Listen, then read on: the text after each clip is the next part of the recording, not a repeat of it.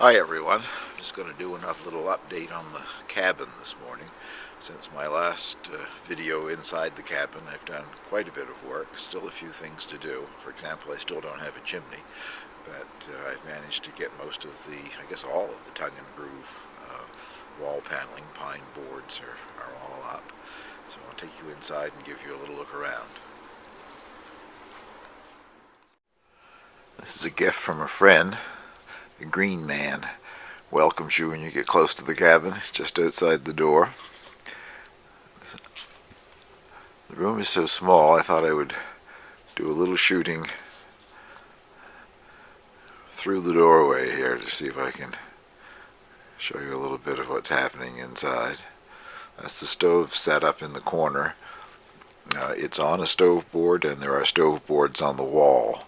The special material that allows you to put the stove closer to a wall than you could otherwise. It can go within 12 inches of the wall with the stove boards, and the instructions with the stove said that it has to be 30-some inches from the wall without them. So in this little cabin, I needed to get it as close to the wall as possible. Inside, and a little closer look at the stove. It's not exactly in the position that it would be in once I install the chimney, but that's pretty close to where it will be. And a couple of my recent acquisitions for use out here. I've been trying to find a large tea kettle. You can find lots of very nice smaller ones, but since there isn't going to be any running hot water out here, I wanted something quite large to heat up a good amount of hot water, and also you can leave it on the stove as a humidifier type thing. Anyway, I found that on Amazon. It's 5 quarts or 5 liters, I can't remember which, but the largest one I could find. I guess you probably wouldn't want one much larger. And next to it is something that Gary in Washington State mentioned, and I went and did some research online and thought, yes, that would be a good thing. It's spelled potjie, P-O-T-J-I-E, but I think that's an Afrikaans word from South Africa, and as near as I can get to the pronunciation when I listen to YouTube videos, if you do a search for P-O-T-J-I-E, they're saying something like potjie. Anyway, it is a cast iron pot. The more common ones have legs, 3 legs, a tripod, so you can put hot coals under them and do outdoor cooking, but this is a flat-bottomed one.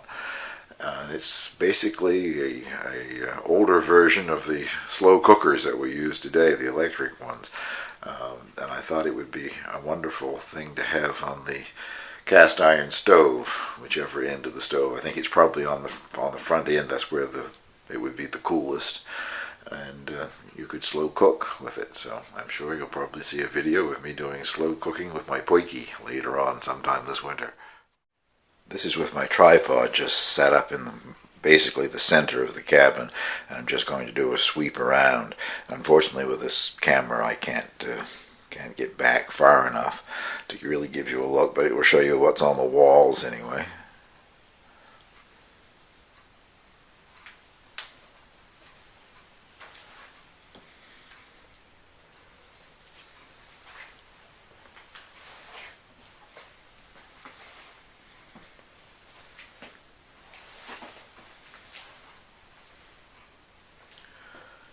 And this is the area at the back of the cabin where the sort of cathedral ceiling is.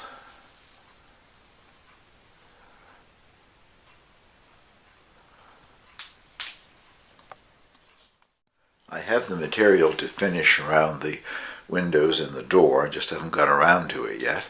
And I have back ordered some more quarter round molding, places where the 2 boards come together in the corner, and well, my fancy carpentry, but any carpentry, I guess it would show the join there.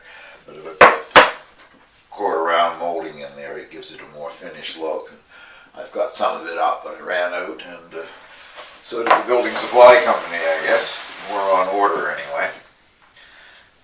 Now I'll give you a look at the cabin from the opposite end.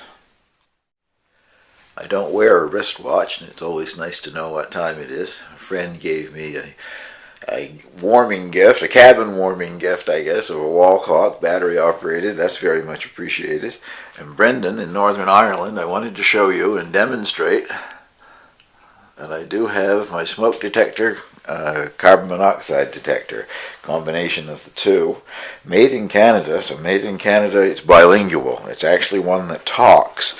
It gives you a very loud alarm as well, but then it speaks to you. I don't know if you're supposed to lie in bed waiting to find out whether it's a fire or carbon monoxide that you're dying from or not, but I think it's quite amusing. I'll press it, you're going to hear a lot of those very high-tone fire alarm beeps, but then it will speak in French and English. First it announces a fire, and then it announces carbon monoxide, just to test the system to show you that it's working.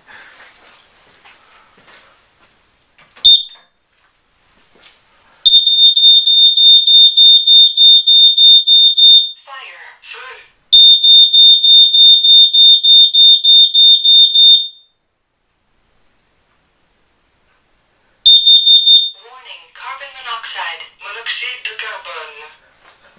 There you go. Isn't that amusing?